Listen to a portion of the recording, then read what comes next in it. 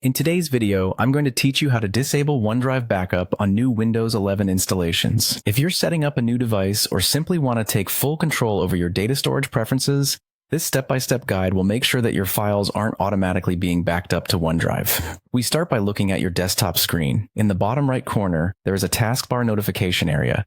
This is where you'll find the OneDrive cloud icon. It might be hidden in the overflow area, so it's worth checking there if you don't see it immediately. Once you've found the OneDrive icon, right-click it.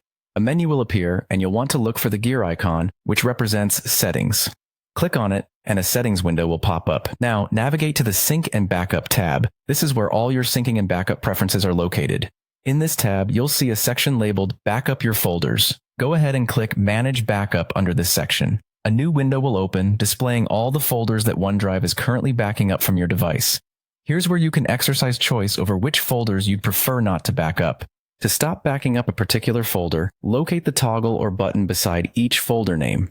Simply click this toggle, and backup for that folder will be disabled. After adjusting the toggles to your preference, a prompt may appear, asking you to confirm your choice. Click Stop Backup to finalize the change. Once confirmed, you can close this Manage Backup window.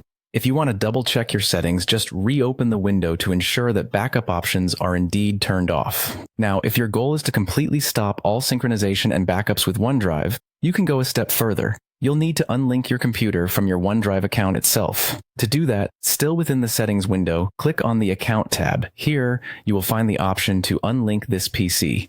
Clicking this will stop all OneDrive activities on your computer, giving you absolute independence from the service. And there you have it. By following these steps, you can easily manage how OneDrive interacts with your files on a Windows 11 machine.